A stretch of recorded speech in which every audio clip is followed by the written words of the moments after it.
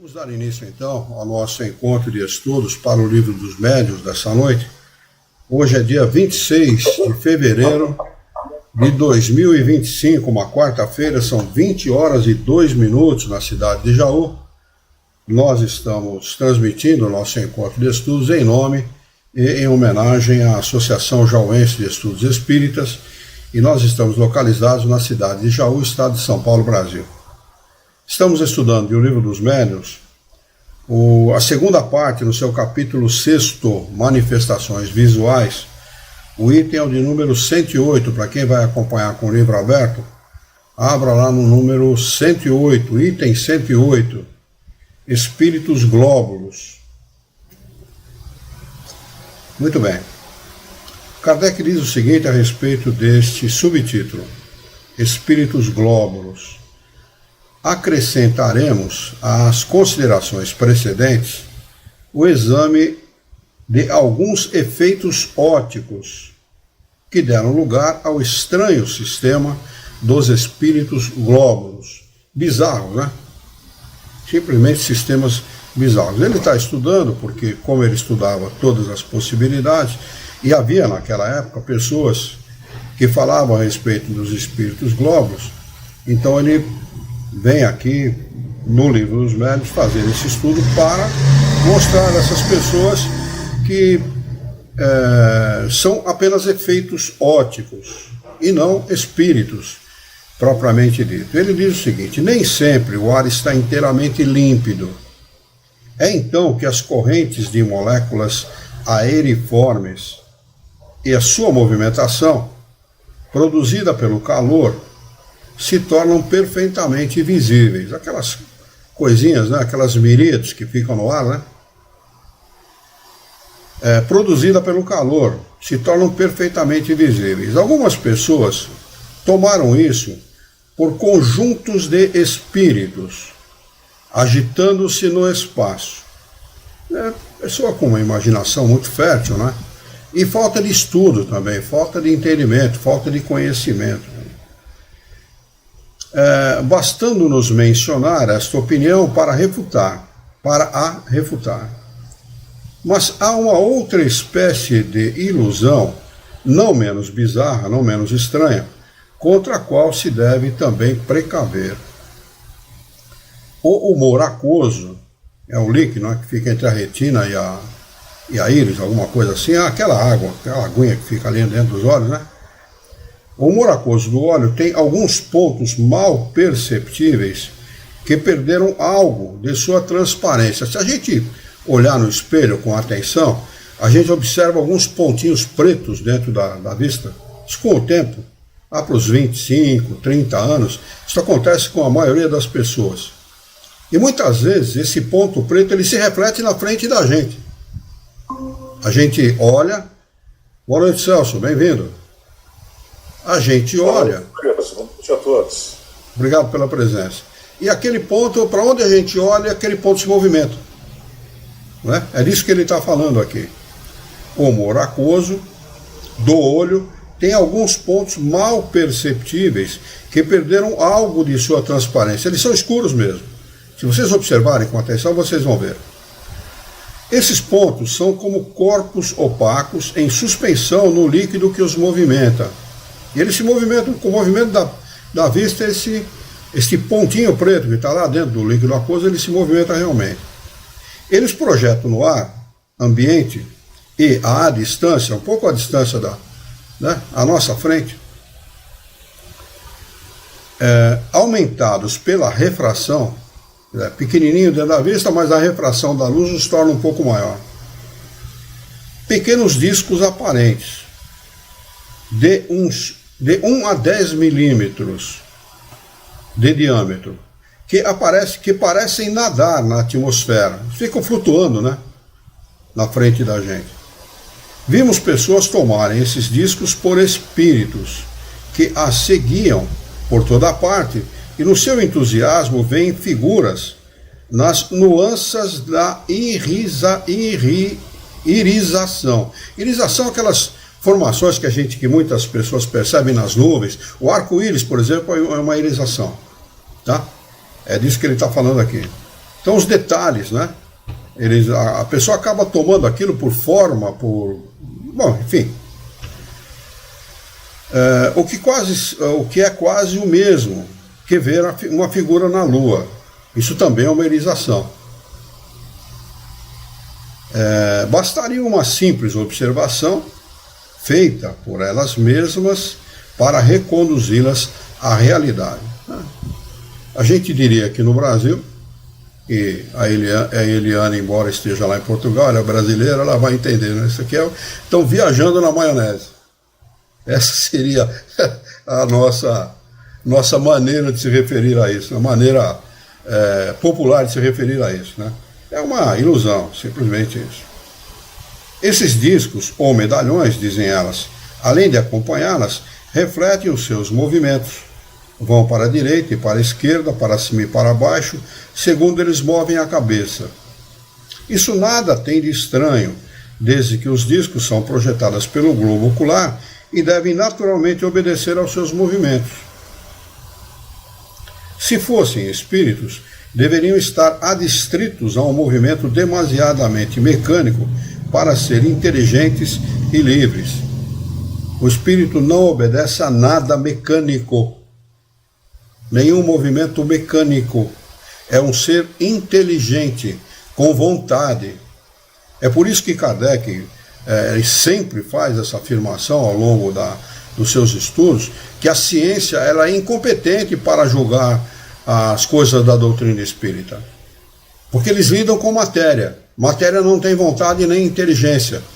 Você faz pesquisa com a matéria da maneira que você quer, onde você quer, no momento que você quer. Com os espíritos não é assim. É completamente diferente. O espírito ele demonstra vontade, ele vai se manifestar ou não segundo a sua própria vontade, segundo as possibilidades, segundo as circunstâncias, segundo a autorização que ele tenha para se manifestar. Não é? É por isso que ele diz que a ciência é incompetente para se manifestar a respeito das coisas da doutrina espírita. Papel, aliás, bem cansativo, mesmo para os espíritos inferiores, e com mais forte razão, incompatível com a ideia que fazemos dos espíritos superiores. É verdade que alguns tomam por maus espíritos os pontos negros ou moscas amauróticas. Nome chatinho, né? Mas tem uma explicação do professor José Herculano Pires a respeito do significado desse termo. Moscas amauróticas são pontos negros que aparecem na visão por motivo de atrofia do nervo óptico, produzindo cegueira parcial ou total sem prejuízo do globo ocular. Tratado como, também se usa para se referir a isso, a amaurose ou gota serena. No norte do país se usa muito esse termo, né? Gota serena. Os discos, assim como as manchas negras, têm um movimento ondulatório restrito a um certo ângulo, e o que aumenta a ilusão é que eles não seguem bruscamente os movimentos da linha visual. A razão é muito simples: os pontos opacos do humor aquoso, causa primeira do fenômeno, estão em suspensão no líquido e tendem a descer. Sobem com o movimento dos olhos, mas atingindo certa altura depois de pararem. Atingindo certa altura, se fixamos o olhar, vemos os discos descerem por si mesmos e depois pararem. Sua mobilidade é extrema, pois basta um movimento imperceptível do olho para mudá-los de direção e fazê-los percorrer rapidamente toda a amplitude do arco no espaço em que a imagem se produz, enquanto não se provar que essa imagem tem movimento próprio, espontâneo e inteligente, só se pode ver nisso um fenômeno óptico e fisiológico. Acontece o mesmo com as centelhas produzidas pela contração dos músculos dos olhos, que aparecem em feixes mais ou menos compactos e que estão provavelmente devidos à eletricidade fosforescente da íris, pois em geral se circunscrevem ao círculo desse disco. Semelhantes ilusões só podem resultar de observação imperfeita. Quem tiver seriamente estudado a natureza dos espíritos, através dos meios oferecidos pela prática doutrinária, compreenderá quanto elas têm de pueril. Assim como combatemos as teorias temerárias, com as quais atacam as comunicações, pois que decorrem da ignorância dos fatos, também devemos procurar destruir as ideias falsas que decorrem mais do entusiasmo do que da reflexão, e que por isso mesmo produzem mais mal do que bem, junto aos incrédulos, já naturalmente dispostos a procurar o lado ridículo.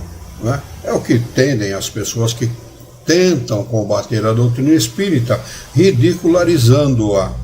Né? Eles têm como ajuda os maus espíritas, né? Aqueles que frequentam a doutrina espírita e que são ligados a fantasias, né? Que a gente cansa de ver e ler aí nos romances espíritas. E uma vez aceita uma fantasia, aceita todo o resto e vamos embora, ridicularizando cada vez mais a doutrina espírita, o que é lamentável. Estamos diante de uma ciência e como ciência ela deve ser encarada. O perispírito, como se vê, segue Kardec, é o princípio de todas as manifestações. Então, preste atenção nessa afirmação de Kardec, que ela é muito importante. O perispírito é o princípio de todas as manifestações. Mediunidade não está no corpo físico, como querem alguns. Existe aí gente que afirma, cansa de afirmar e reafirma que lá na hipófise ou não sei aonde, lá na glândula pineal, tem lá uns cristalzinhos e que esses cristais são a razão servem como antenas e nos ligam ao mundo espiritual. Isso é tudo balela, isso é falta de conhecimento. Simplesmente isso. A mediunidade, ela é pedida. Boa noite, Simone. A tua imagem não está aparecendo e a tua voz está muito ruim, viu? Nós não estamos conseguindo ouvi-la corretamente. Dá uma reiniciada aí no teu Wi-Fi. Agora sim, agora nós estamos te vendo. Boa noite, obrigado pela presença. Desculpa atrapalhar, atrasada. Não é atrapalho nenhum, é um prazer.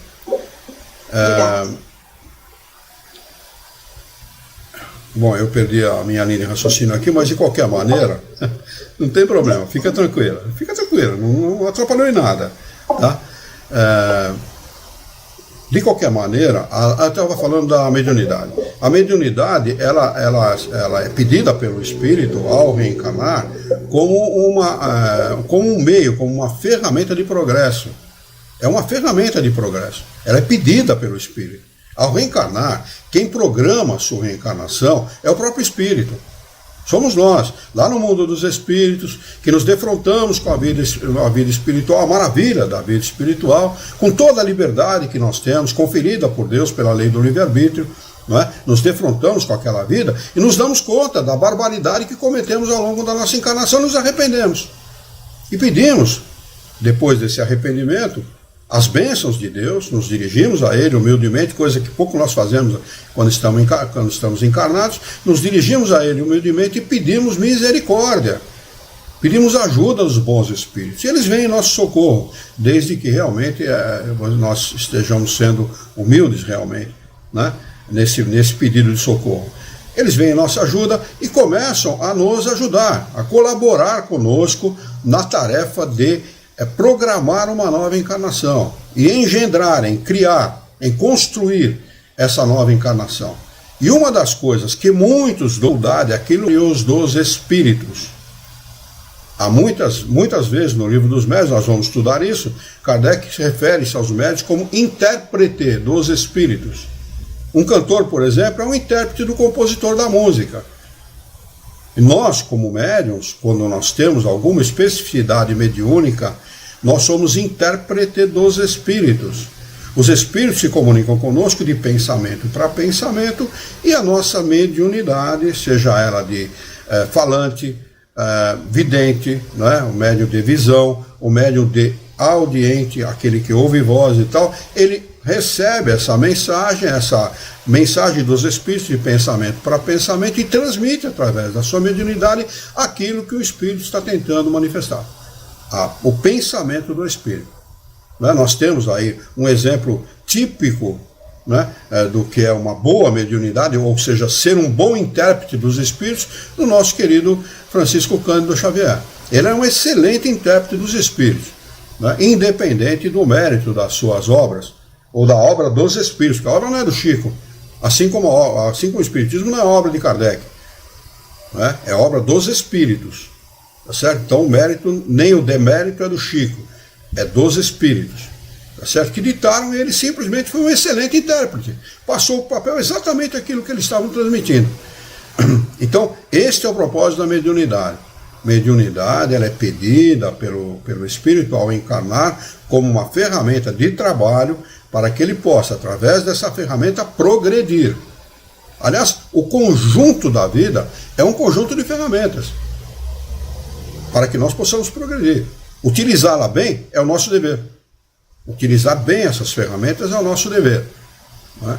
Então, é muito importante que se saiba disso. Todas as manifestações dos espíritos, elas se dão através do nosso perispírito. Então, o que propicia, o que permite a mediunidade é o conjunto, a organização, como dizem os espíritos. A organização qual é? Espírito, que é o mais importante, é a essência, todo o resto pode ser descartado. Perispírito, que é matéria, e o próprio corpo físico. Então, a união desses três complexos, do qual o principal é o espírito, é que permite a mediunidade, quando pedida pelo espírito. Mediunidade não vamos dizer, colocada em alguém a revelia da pessoa, ou porque a pessoa nunca quis, ela é médium, mas ela nunca quis e tal. Não é nada disso. Foi pedida por ele lá. Exercê-la, utilizá-la ou não, é responsabilidade de cada um. E a pessoa pode querer não exercer mediunidade nenhuma. É o arbítrio dela, é a liberdade dela de exercer ou não. Então, não está obrigado a exercer mediunidade. No entretanto, como todas as outras ferramentas propiciadas aos encarnados, para progresso dos encarnados, ele está deixando de utilizá-la em seu próprio progresso. Assim como deixar de trabalhar, deixar de viver bem, falar mal da vida dos outros, usar mal os seus atributos de inteligência e de etc., também são ferramentas mal utilizadas. E é ao arbítrio de cada um. Cada um usa as suas ferramentas da maneira que ele desejar. Muito bem. Ele estava dizendo aqui que o perispírito, como se vê, é o princípio de todas as manifestações. Que fique gravado isso, porque toda vez que alguém afirmar que está no corpo, ou em alguma parte do corpo a mediunidade, pensem nisso, que os espíritos superiores ensinaram a Kardec. Que Kardec também tinha uma opinião diferente. Ele mesmo revela isso, tá bem? Mas não é verdadeiro. A organização, a associação do conjunto dessas três coisas, espírito, perispírito e corpo, é que permite a faculdade mediúnica. Ele segue: seu conhecimento nos deu a chave de numerosos fenômenos, permitindo um grande avanço à ciência espírita e fazendo-a entrar numa nova senda, num novo caminho, ao tirar-lhe qualquer resquício de maravilhoso. Coloquem tudo de lado, o que for maravilhoso e sobrenatural, porque nada na manifestação dos espíritos é maravilhoso ou sobrenatural. Era maravilhoso e sobrenatural até o conhecimento das leis que regiam esses fenômenos. A partir do momento que Kardec consegue determinar as leis que regem os fenômenos, o maravilhoso e o sobrenatural foi colocado de lado. Assim como qualquer outro efeito da matéria, por exemplo. Eu sempre gosto de me lembrar acho que é Jorge Velho, era um bandeirante que estava perseguindo lá uma mina de ouro ou de diamante, sei lá, e chegou para os índios, e os índios não queriam entregar onde era a mina, e ele pegou um pouco de álcool que ele levava, acho que era pinga que ele usava para tomar, que estava no bolso, colocou num recipiente pequenininho e tocou fogo. Ele falou, tá aqui, ó, tá vendo? Falou, se vocês não me derem o endereço da mina, aonde é, não me mostrarem, eu vou colocar fogo no rio, senão vou ficar sem água.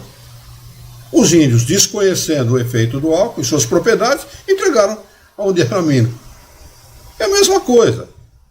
De maravilhoso e sobrenatural, o fato de pegar fogo na água não tem nada, porque não era água. A água não pega fogo. Só que ele se utilizou daquele subterfúgio para enganar os índios, né? Então, mediunidade e manifestação dos espíritos, seja ela qual for, através de batida, de vozes, de qual ela seja, não tem nada de maravilhoso nem sobrenatural. Assim como não é nem maravilhoso nem sobrenatural nós estarmos falando para a Elaine lá em Portugal, para o Celso lá no Rio Grande do Sul, para o Alexandre em Santa Catarina, para as pessoas de Jaú, para o Rio de Janeiro, como a nossa irmã que está presente pelo Facebook. Não tem nada de maravilhoso e sobrenatural. Nós conhecemos as leis que regem as comunicações.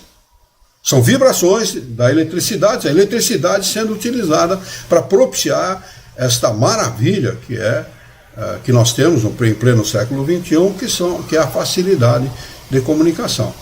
Não é? Nada de maravilhoso e sobrenatural, portanto, existe na manifestação dos espíritos. Nele encontramos, graças aos próprios espíritos, pois é bom notar que foram eles que nos indicaram o caminho, a explicação da possibilidade da ação dos espíritos sobre a matéria, da movimentação dos corpos inertes, dos ruídos, das aparições. Nele encontraremos a explicação de muitos outros fenômenos ainda por examinar, antes de passar ao estudo das comunicações propriamente ditas. Tanto melhor as compreenderemos, quanto mais nos inteiramos de suas causas fundamentais. Se bem compreendemos esse princípio, facilmente podemos aplicá-lo aos diversos fatos que se apresentarem à observação. Longe de nós, considerar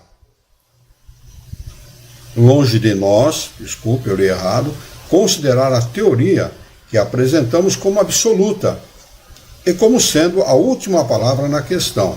Ela será, sem dúvida, completada ou retificada mais tarde através de novos estudos. Mas, por mais incompleta ou imperfeita que hoje se apresente, pode sempre ajudar a se compreender a possibilidade dos fenômenos por meios que nada tem de sobrenatural. Se é uma hipótese, não se lhe pode, entretanto, negar o mérito da racionalidade ou da probabilidade e que vale tanto quanto todas as explicações tentadas pelos negadores para provar que tudo não passa de ilusão fantasmagórica e evasiva nos fenômenos espíritas. E aqui tem um rodapé, nota do professor José Herculano Pires, que diz o seguinte: a posição de Kardec é inegavelmente científica, aliás, como todas as posições que ele toma quando ele estuda qualquer parte da doutrina espírita. É sempre a posição do pesquisador. Sempre. Indiferentemente. Qualquer estudo a que Kardec se ateve, a posição é sempre a posição do pesquisador, do cientista. Essa teoria do perispírito não foi desmentida nesses 100 e tantos anos. Nós estamos aí a 168, se não me falha a memória. Não foi desmentida até hoje e não vai ser desmentida nunca, porque é a realidade, é a verdade. Pelo contrário, as hipóteses psicológicas atuais confirmam essa teoria no campo da parapsicologia. Parapsicologia não é uma ciência, como quer muitas vezes aqueles que estudam parapsicologia, também. Não é uma ciência. Ela adota os princípios científicos da doutrina espírita e coloca lá nos seus princípios como se fosse dela. Então não é uma ciência. Vejam-se as hipóteses de Carrington sobre as estruturas de sensas e psicons, e de Sowell, Broad, Tishner e outros. O professor gostava muito de estudar parapsicologia, professor José Herculano Pires. Por isso que ele cita esses autores. Muito bem. Eu só queria dizer uma coisa que passou batido no nosso último estudo, que eu considero importante a gente saber, quando ele se utiliza da palavra ensaio teórico, que foi estudado no item 101, lembram-se? Ensaio teórico sobre as aparições. Então, quando ele fala em ensaio teórico, a gente não explicou, não falou sobre o significado da palavra ensaio teórico. Ensaio teórico, eu fui lá no dicionário para saber, é o seguinte: é uma reflexão formal, teoricamente embasada sobre um tema. Então, um ensaio formal, teoricamente embasada sobre um tema. Isso que é ensaio teórico, tá bem? Ele usa essa palavra ensaio teórico em diversos momentos, lá no Livro dos Espíritos, no Livro dos Médiuns, em vários lugares.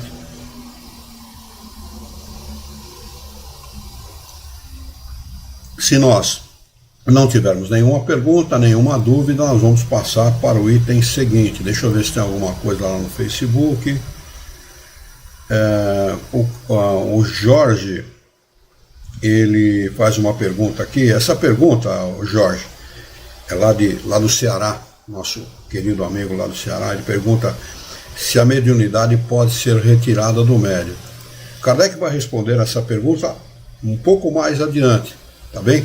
Mas ela pode sim, tanto se manifestar ao longo da vida, pode se manifestar lá numa criança em tenra idade, e pode se manifestar num velho, 70, 80, 90 anos.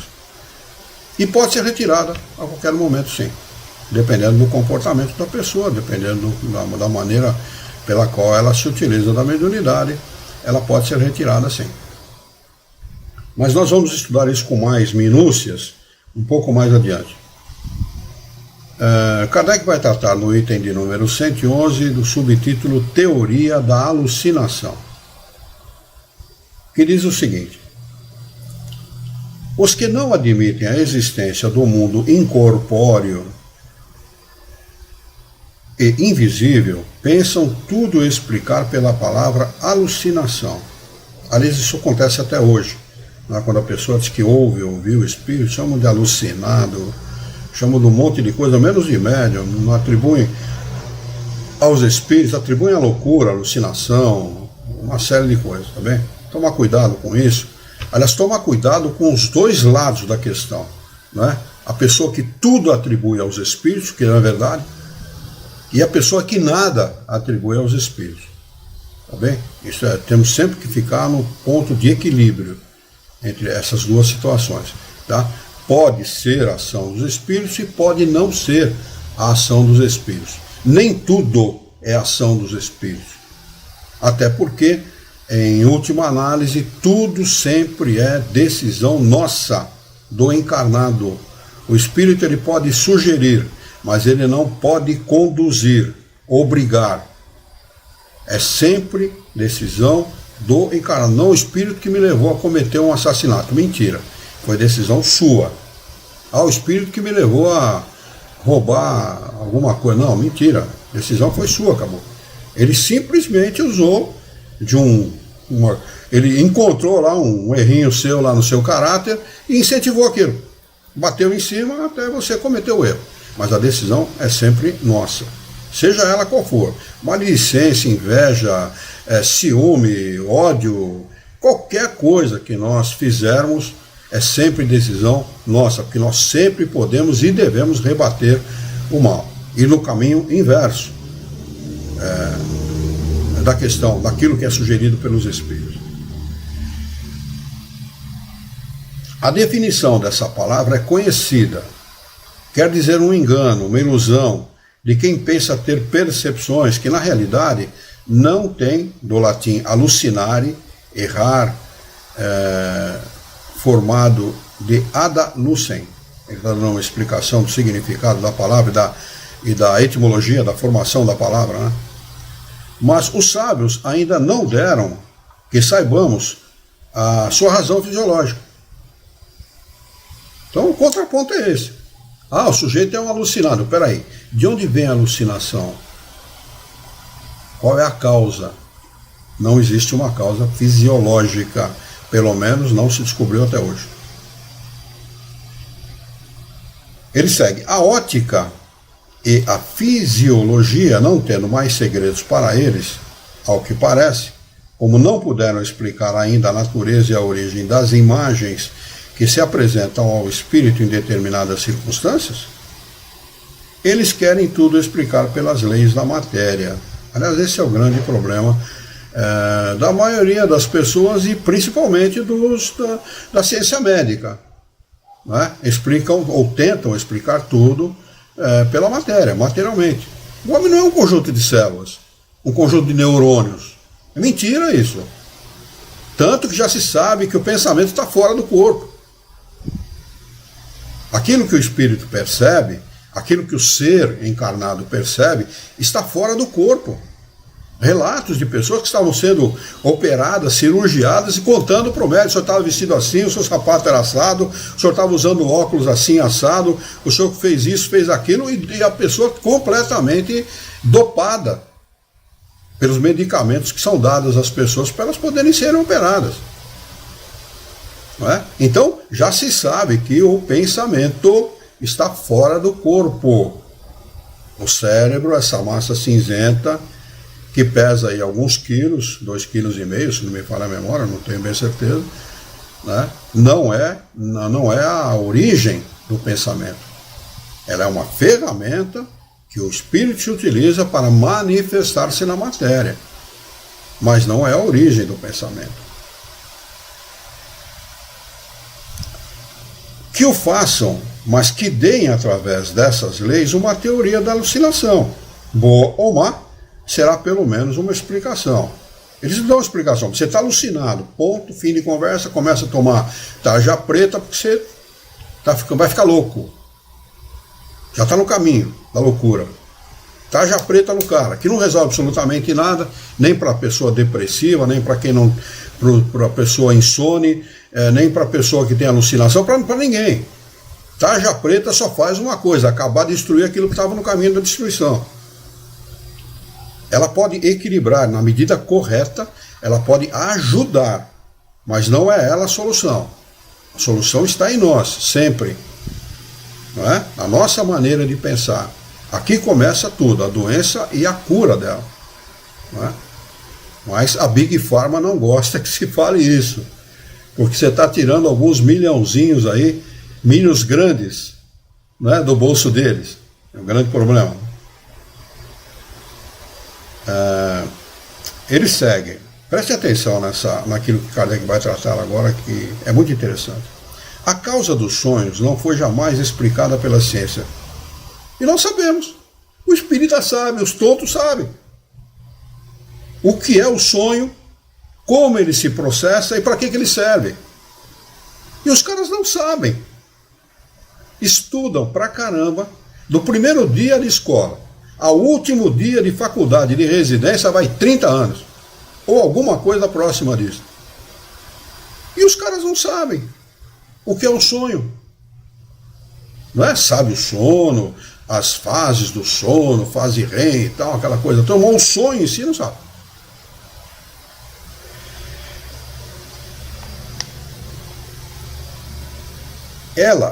A ciência, os atribui a um efeito da imaginação, olha que coisa.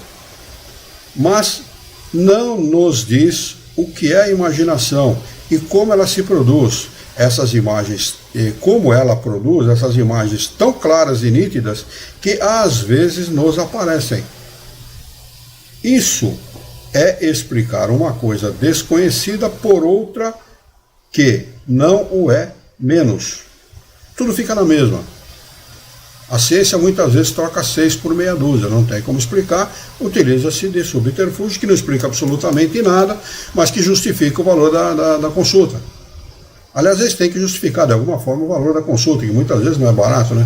Aliás, médico e dentista, eles acham que dinheiro dá em árvore, porque é impressionante o preço do custo de uma consulta e do custo de um tratamento odontológico. Impressionante. No Brasil, onde o salário mínimo é de R$ 1.500, você gasta 2 ou 3 vezes isso para implantar um dente. É impressionante. Mas vamos lá, isso é outra história, não tem nada a ver com mediunidade.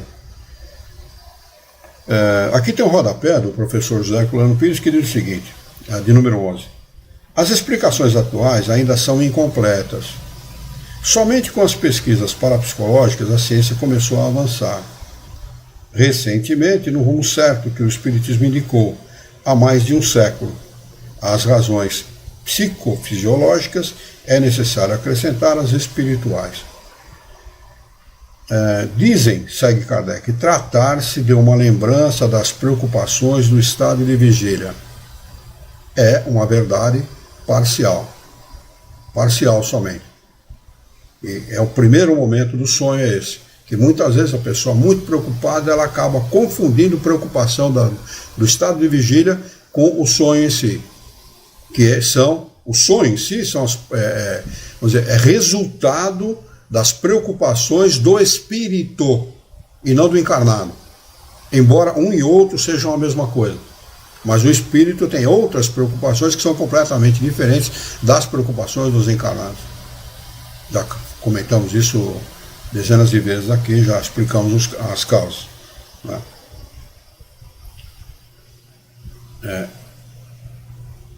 Mas, mesmo admitindo essa solução que nada resolve, restaria saber qual é o espelho mágico que conserva, assim, a impressão das coisas. Como explicar, sobretudo, as visões reais jamais vistas, ou vistas no plural, no estado de vigília, nas quais jamais se pensou? Todo mundo tem sonho desse tipo. Exatamente dessa maneira que eu estou dizendo. Coisas que a gente vê e que jamais se pensou. Por quê? A que atribuir isso? Sem a explicação da doutrina espírita, da ciência dos espíritos, nós não teríamos como desvendar essas coisas, essas situações. Só o Espiritismo nos pode dar a chave desse estranho fenômeno, estranho que devia estar entre aspas, né, que para nós não tem estranheza nenhuma, que passa despercebido por ser muito comum, como todas as maravilhas da natureza que nós menosprezamos. Os sábios não quiseram ocupar-se com a alucinação, mas, quer seja real ou não, trata-se de um fenômeno que a fisiologia deve poder explicar sob pena de confessar a sua incompetência. Se um dia um sábio resolver dar, não uma definição, mas uma explicação fisiológica desse fenômeno, teremos de ver se a teoria resolve todos os casos, se não omite os fatos tão comuns de aparições de pessoas no momento da morte, se esclarece a razão da coincidência da aparição com a morte da pessoa. Se fosse um fato isolado, poder-se-ia atribuí-lo ao acaso, mas como é bastante frequente, o acaso não o explica. Aliás, o acaso não explica absolutamente nada. Basta você fazer uma pesquise lá no Dr. Google, Lei das Probabilidades. E vocês vão ver que o acaso não existe, nunca existiu. O acaso é só uma explicação que eles querem dar quando não tem explicação nenhuma para dar.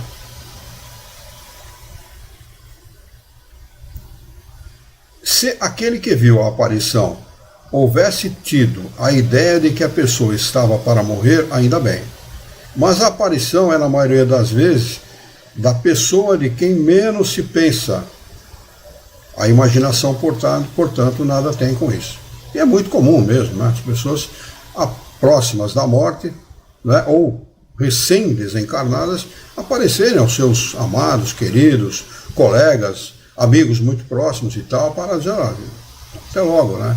Estou partindo para o mundo dos espíritos. É muito comum. Aliás, muito mais comum do que nós imaginamos. E acontece muitas vezes com as pessoas que não são espíritas e que não gostam de tratar do assunto.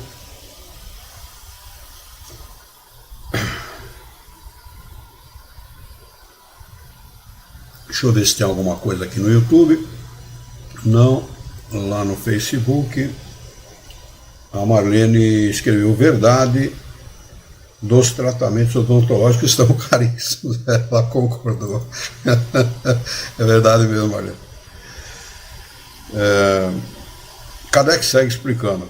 Ainda menos se pode explicar pela imaginação o conhecimento das circunstâncias da morte, do que nada se sabia.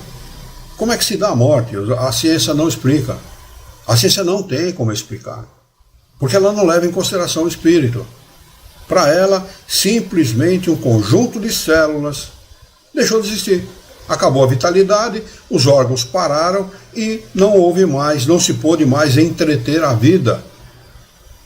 E aquele ser desapareceu. Simplesmente isso.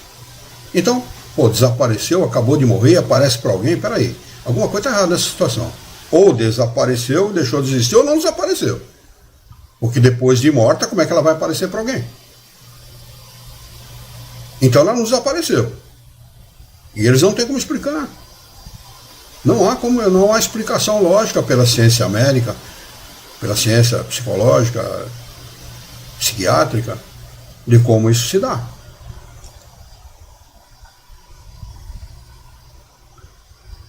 Os partidários da alucinação dirão que a alma, entre aspas, se é que admitem a alma, tem momentos de superexcitação em que as suas faculdades são exaltadas.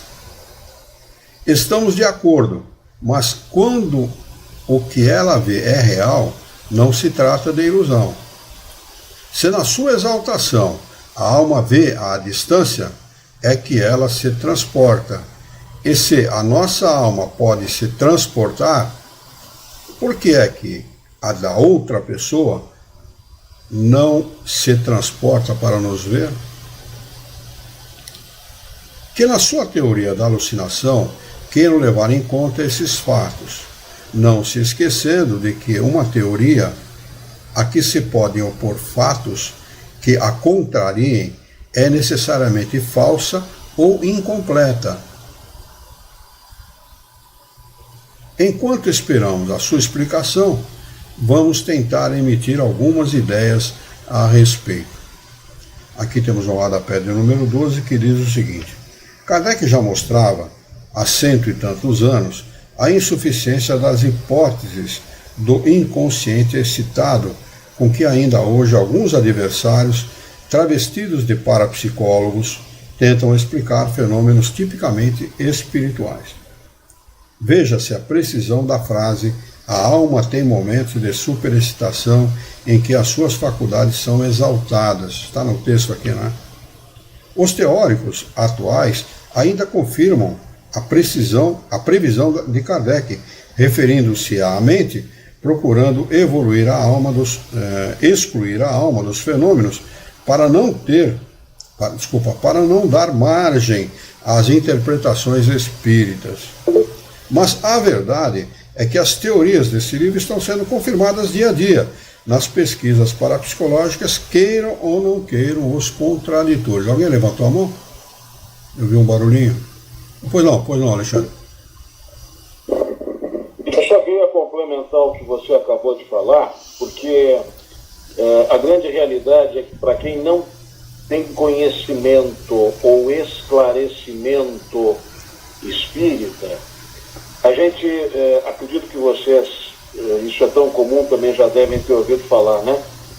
E aqueles que não acreditam, de fato, que a vida continua, aquela grande falácia: mas ninguém veio do além, ninguém veio do outro lado para me provar que a vida existe, que a vida continua. Não é verdade? Isso é muito comum quando a gente ouve isso, né? E aí, o que você acabou de ler aí é justamente a comprovação para essas pessoas de que tudo continua, né? É realmente a falta de esclarecimento, de conhecimento, é algo muito, muito triste, muito complicado aí para as pessoas, né? Nós estamos num mundo atualmente em que tenta-se de todas as formas, de todas as maneiras, excluir Deus da vida, do mundo. Tenta-se de todas as maneiras. Deus não existe, eu não quero saber de Deus, ele é cruel, ele é um facínora. Se usa de todos as palavras. Ele é culpado por todas as minhas desgraças. Culpado. Como é que Deus pôde fazer isso comigo e tal? Quer dizer, o homem, na realidade, falta ao homem o conhecimento das leis naturais, das leis que regem a vida. É só isso, nada mais. Não é? Não existe destino. O homem não está predestinado a coisa nenhuma. Pura e simplesmente. São leis que regem a nossa vida. Vamos fazer aqui um parênteses aqui. Uma mãe que mora ao lado de outra, lá na Rua das Flores, número 30 e 31, né? O filho sai para trabalhar, o filho com 20 e poucos anos de idade, de uma e de outra, e essas mães pedem fervorosamente a Deus que protejam os seus filhos e que nada aconteça para eles.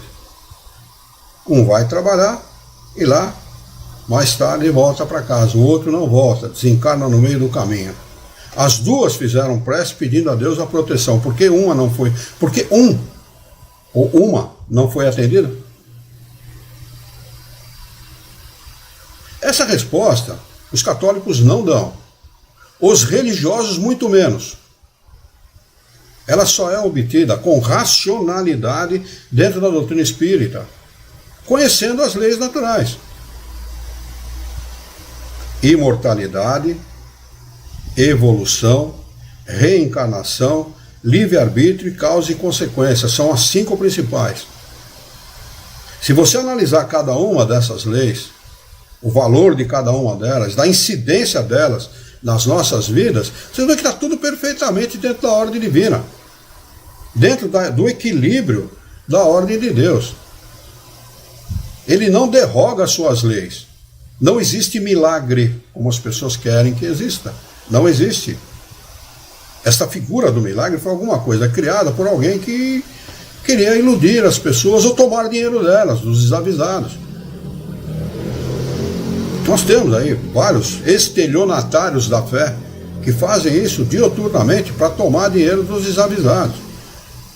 Então, o que rege as nossas vidas são basicamente, são 14 ao todo, mas são essas 5 principais que regem a vida de todos nós, 5 principais que nós devemos refletir a respeito dela. Imortalidade da alma. Jesus se debateu intensamente, aliás, foi o principal, foi o escopo do trabalho de Jesus, ensinar ao homem a respeito da imortalidade da alma.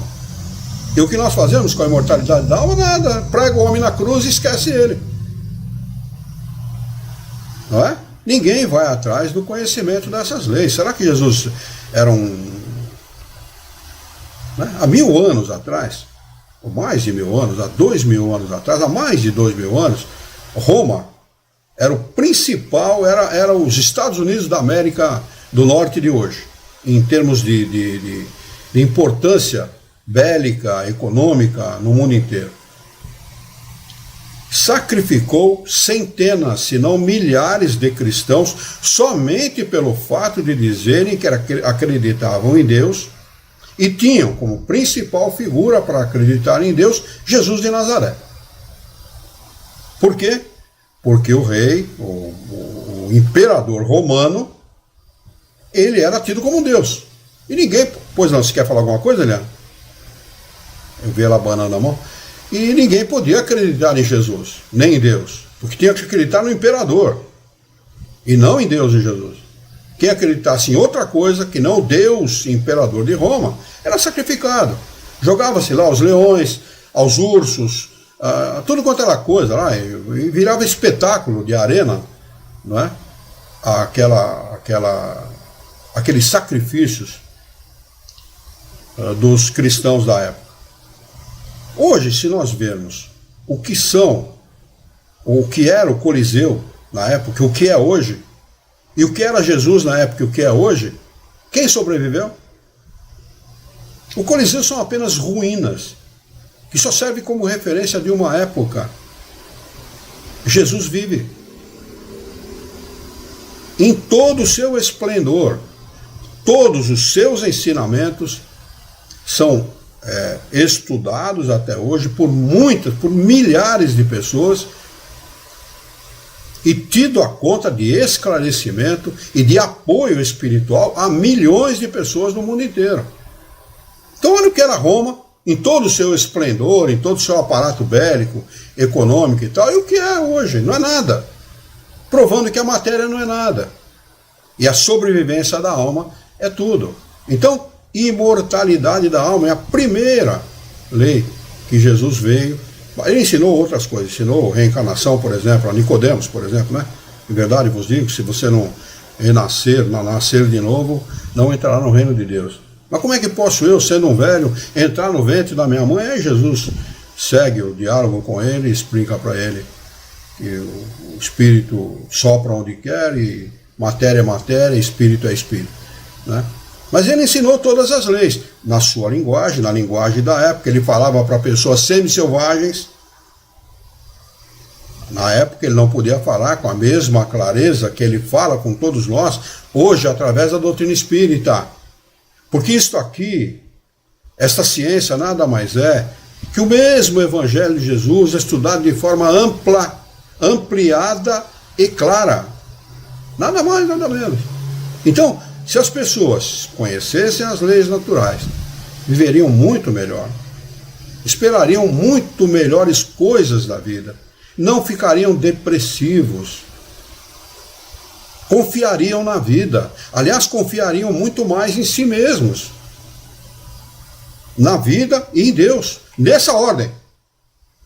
Nessa ordem, porque cada dia que nós acordamos pela manhã, nós não devemos agradecer a Deus, mas agradecer a nós mesmos, porque Ele confiou em nós mais um dia. Ele falou assim: olha, eu confio em você, fica mais um dia aí. E o homem não faz isso. O homem acha que ele é o último, que ele não serve para nada, que ele é a pior coisa que existe no universo, que ele só serve para fazer burrada. E não é verdade. Nós somos espíritos imortais, em evolução. É verdade que ainda existe muita coisa por fazer no nosso planeta, mas nós somos espíritos em evolução. Nós temos o nosso valor e o Criador sabe disso. Então confiaríamos muito mais em nós, na vida e em Deus.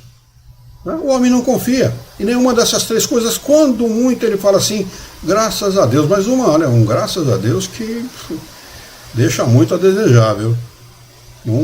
Não dá para confiar no taco do cara, não é? Esse é um dos problemas, dos nossos problemas aqui na Terra. Então, precisamos dar ouvidos a esta ciência, a ciência dos espíritos. Filosofia é a arte, é a ciência que nos ensina a pensar com qualidade. O Espiritismo é uma filosofia que, como todas as outras filosofias, nos ensina a pensar com racionalidade, com qualidade. Precisamos aprender a pensar isso. O homem precisa deixar de lado o misticismo, deixar de lado a religião, para encarar a vida da maneira que ela deve ser encarada, com a qualidade que ela deve ser encarada. Não é? Deixa eu ver aqui, o item de número 113, não é? Kardec continua explicando o seguinte: os fatos provam que as aparições verdadeiras, aparições verdadeiras que a teoria espírita explica perfeitamente, e que só podem negar os que nada admitem fora do organismo. Mas, ao lado dessas visões reais, existem alucinações. Ninguém pode negar que existem pessoas com problemas mentais, não é? Com problemas psicológicos.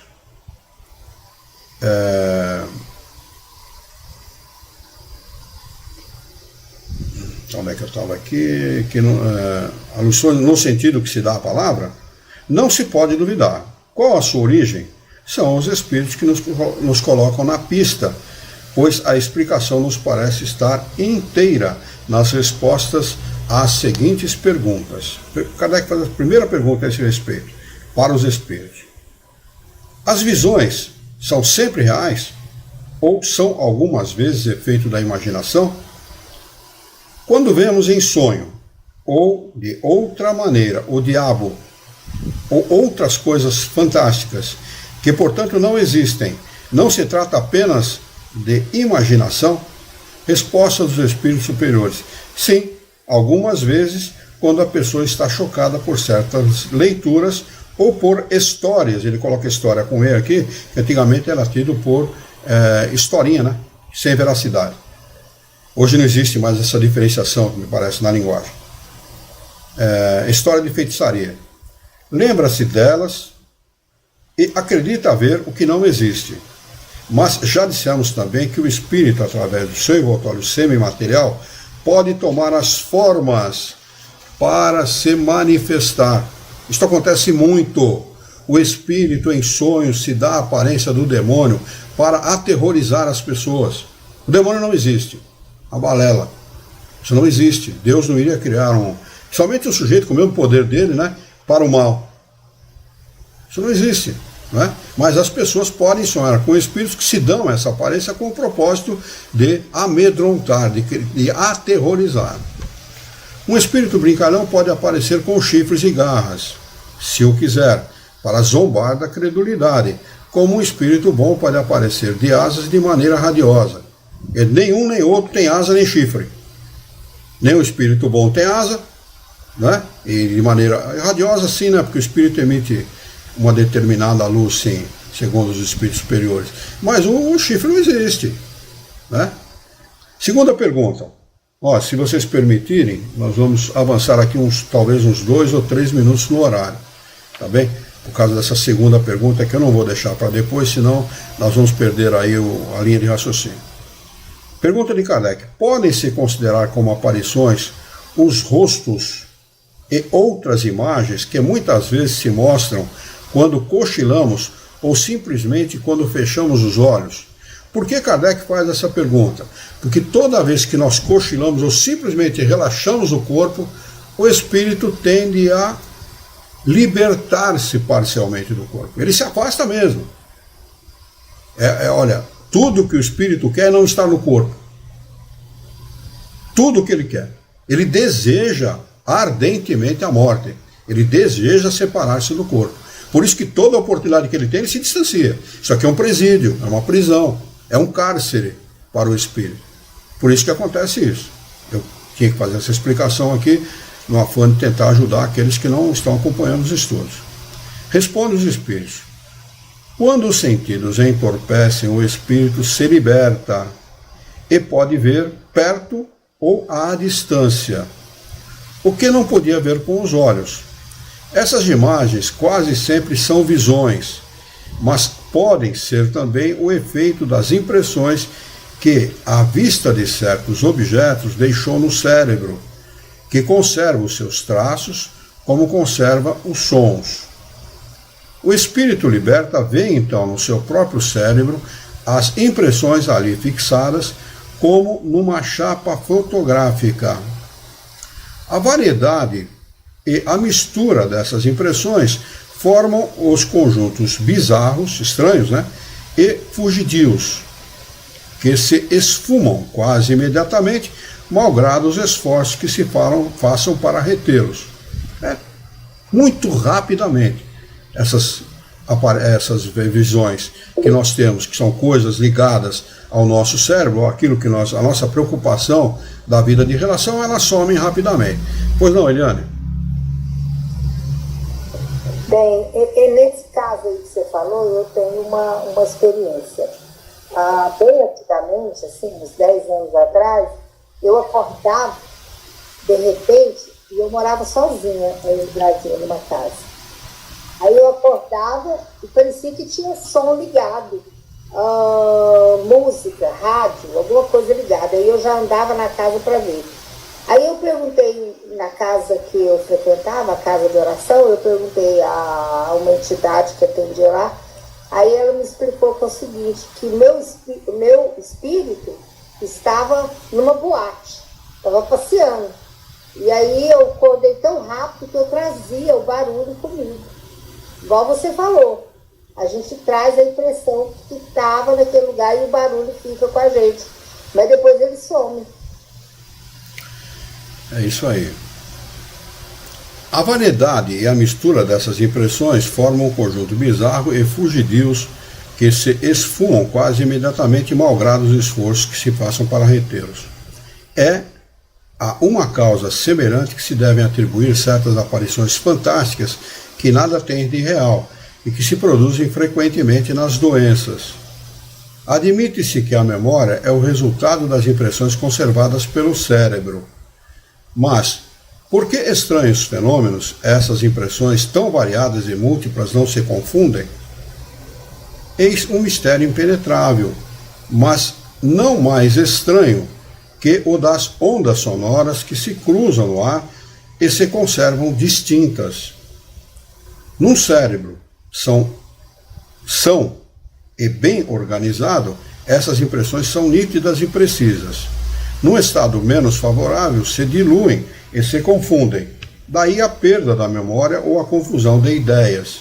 Isso parece menos estranho quando se admite, como na frenologia, uma destinação especial para cada parte e mesmo para cada fibra do cérebro. Frenologia é a ciência que estuda a conformação da caixa craniana, né? Queriam atribuir a isso as pessoas serem assassinas ou terem tendências para o crime e tal, pela posição, pelo tamanho, pela conformação de cada cérebro, o que não se confirmou depois e está muito longe disso, né?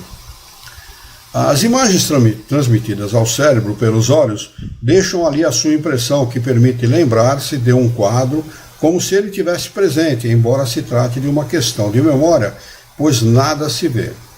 Ora, num estado de emancipação, quando entra no estado de sono e o espírito se desliga parcialmente do corpo, a alma pode ver o cérebro e nele reencontra essas imagens.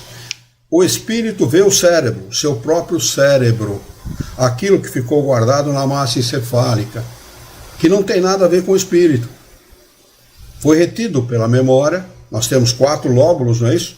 Cada um com uma função específica, e num desses lugares fica retida a nossa memória. Ali o espírito vê aquilo que ele memorizou ao longo do dia. Ora, num estado de emancipação, a alma pode ver o cérebro e nele reencontra essas imagens, sobretudo as que mais a tocaram, segundo a natureza de suas preocupações ou disposições íntimas. É assim que reencontra a impressão das cenas religiosas, diabólicas, dramáticas, mundanas, das figuras de animais bizarros que viu outrora em pintura ou ouviu em narrações, porque estas deixam também as suas impressões. Assim, a alma vê realmente, mas apenas uma imagem fotográfica do cérebro. Daí o fato dos espíritos recomendarem veementemente que as pessoas que se impressionam facilmente, aquelas que têm tendência à depressão, ou entrarem em situações de depressão, depressivas, que não vejam filmes violentos, que não vejam filmes de crimes, que não vejam filmes onde acontecem extrema violência, filmes de guerra, etc. Porque isso pode trazer um prejuízo grave para o espírito. É muito importante isso. Não é? Que vejam outras coisas, que se detenham em outro tipo de assunto, em outro tipo de tema. Existe muita coisa bonita. Ontem mesmo eu compartilhei com várias pessoas, jovens, cantando uma música muito bonita. Mandei para a Eliane, mandei para o Alexandre. Mandei para você, Dani? Não mandei, não. Vou mandar, viu? Muito legal, viu? Não faz essa cara não, vou mandar. E para você, Simone, eu mandei? Não? Vou mandar também. Para o Celso, eu acho que eu mandei, né, Celso? Eu acho que eu mandei para o Celso, sim. Mas tem coisas muito bonitas que você pode ver. Aliás, na internet tem muita porcaria, tome cuidado com isso. O cérebro, ele se impressiona. E quando a pessoa é facilmente impressionável, aquilo pode trazer sérios prejuízos à pessoa. No estado normal, essas imagens são fugitivas, efêmeras, passageiras, porque todas as seções cerebrais funcionam livremente. Mas na doença o cérebro se enfraquece. Desaparece o equilíbrio geral dos órgãos cerebrais. Esse equilíbrio é fundamental. Daí o fato de nós termos que lutar com veemência para manter esse equilíbrio. Nunca permitir que a depressão, que qualquer outro fator cerebral tome conta da nossa vida. Trabalhar incessantemente. Isso significa saúde em todos os aspectos. física e mentalmente.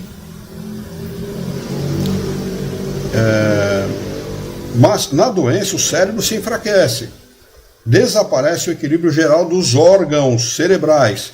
Segundo alguns, se mantêm ativos, enquanto outras, de certa maneira, são paralisados. Decorre disso permanência de certas imagens que não estavam, como no estado normal, com as preocupações da vida exterior. Essa é a verdadeira alucinação e a causa primária de ideias fixas. Tomar muito cuidado com ideias fixas, porque é a monoideia que leva à depressão. Bate em cima de uma ideia só, em cima de uma ideia. Estou doente, estou com câncer, estou com câncer, estou com câncer. Além de tudo, acaba com câncer mesmo. Tomar muito cuidado com monoideia. Sempre cuidar da higiene mental. De alimentar e retroalimentar o nosso cérebro com coisas boas, positivas. Ideias positivas. Não é? Como se vê, explicamos essa anomalia por uma lei fisiológica muito conhecida, que é a das impressões cerebrais, mas como sempre necessário fazer intervir a alma. Ora, se os materialistas ainda não puderam dar uma solução satisfatória desse fenômeno, é porque não querem admitir a alma. Por isso, dirão que a nossa explicação é má, pois nos apoiamos num princípio que é contestado. Mas contestado por quem? A ciência tem que ter a última palavra? Aliás, ela tinha a última palavra no tempo de Kardec? Ela tem a última palavra hoje? Não tem. Está em franca evolução, em franco progresso, como qualquer coisa. Como qualquer coisa. Ele então não tem a última palavra. Né? Por eles, e admitido pela imensa maioria, desde que há homens na Terra. A negação de alguns não pode se constituir ou constituir-se em lei. Nossa explicação é boa? Pergunta o Espírito. Damo-la pela que possa valer na falha de outra, e se quiserem, a título de simples hipótese. Não impõe nada. Os Espíritos não impõem nada. Mas a boa razão, a boa lógica, a racionalidade da explicação, ela cala fundo. Ela cala em nós de maneira funda, porque é lógico, porque é razão, porque é real. À espera de melhor. Como está, pode explicar todos os casos de visões? Certamente não. Mas desafiamos todos os fisiologistas a apresentarem uma que, segundo as suas opiniões exclusivas, expliquem todos. Porque nada apresentam quando pronunciam as palavras sacramentais de superexcitação e exaltação. Para eles tudo é superexcitação e exaltação do cérebro.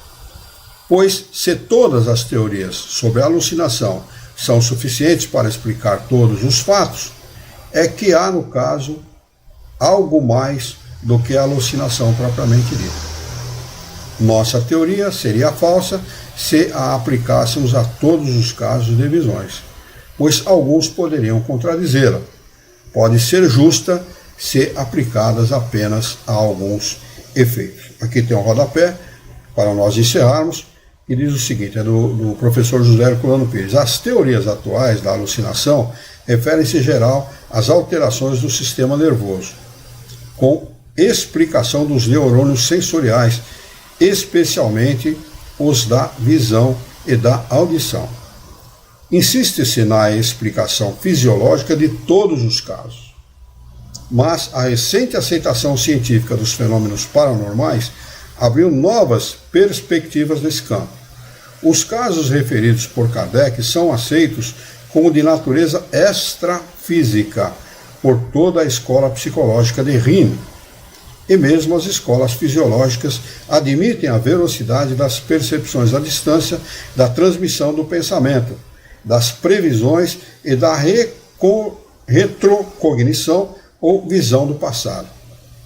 Pratt e outros nos Estados Unidos pesquisam com o nome de fenômenos Theta, os casos de comunicação espírita. A alma, como afirma Kardec, mostra-se novamente indispensável a formulação de uma teoria satisfatória da alucinação. Olha, a transmissão de pensamento não é estudada e afirmada somente pela doutrina espírita. Existe um livro chamado, anotem aí para vocês lerem, existe na internet gratuitamente. Experiências psíquicas além da cortina de ferro.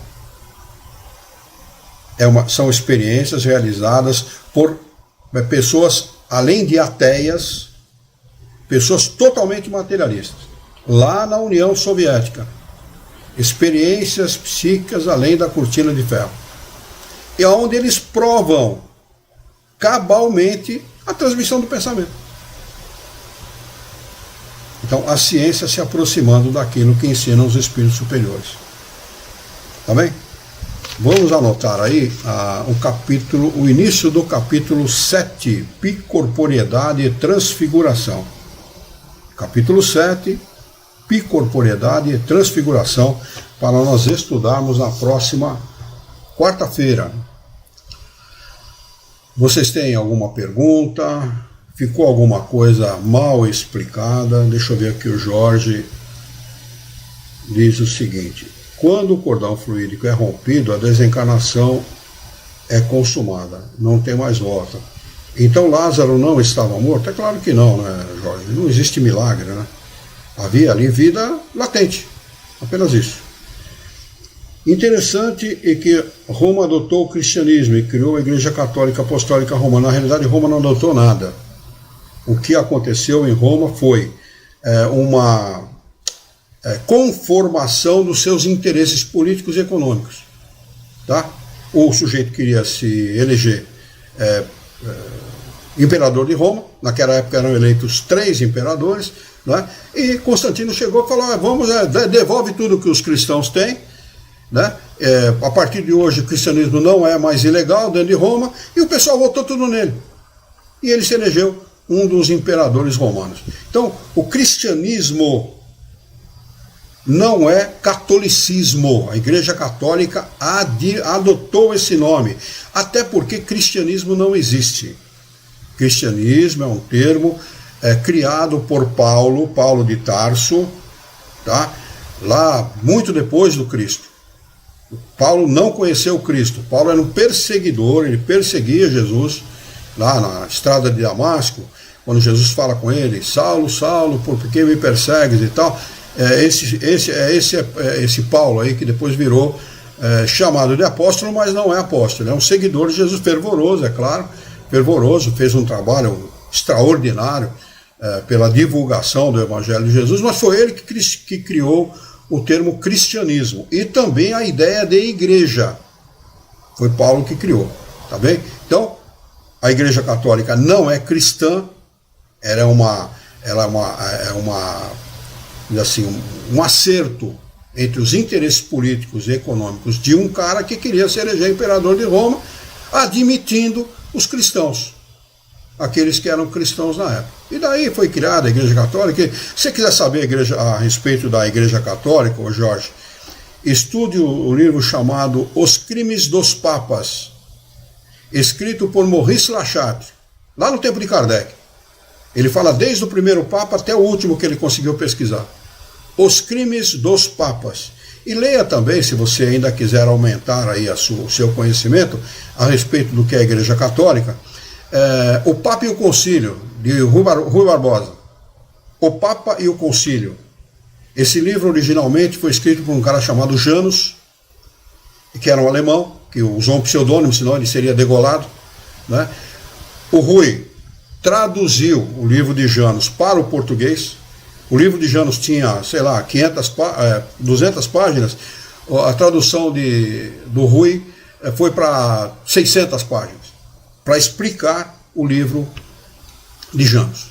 E baseado naquilo que ele escreveu, no seu entendimento, ele criou a primeira Constituição laica do país, primeira Constituição republicana laica do país, em função do peso do catolicismo, da ingerência que eles criavam em cima dos países onde eles eram a religião oficial.